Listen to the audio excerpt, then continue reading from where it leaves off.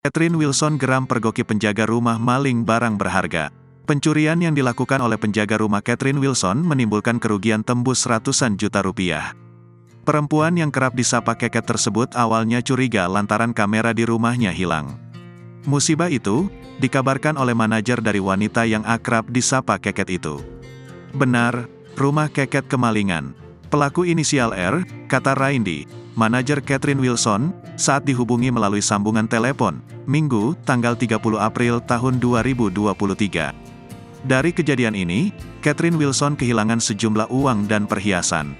Ada jam tangan, kamera, clip-on, gelang berlian, uang tunai dolar dan rupiah, sambungnya.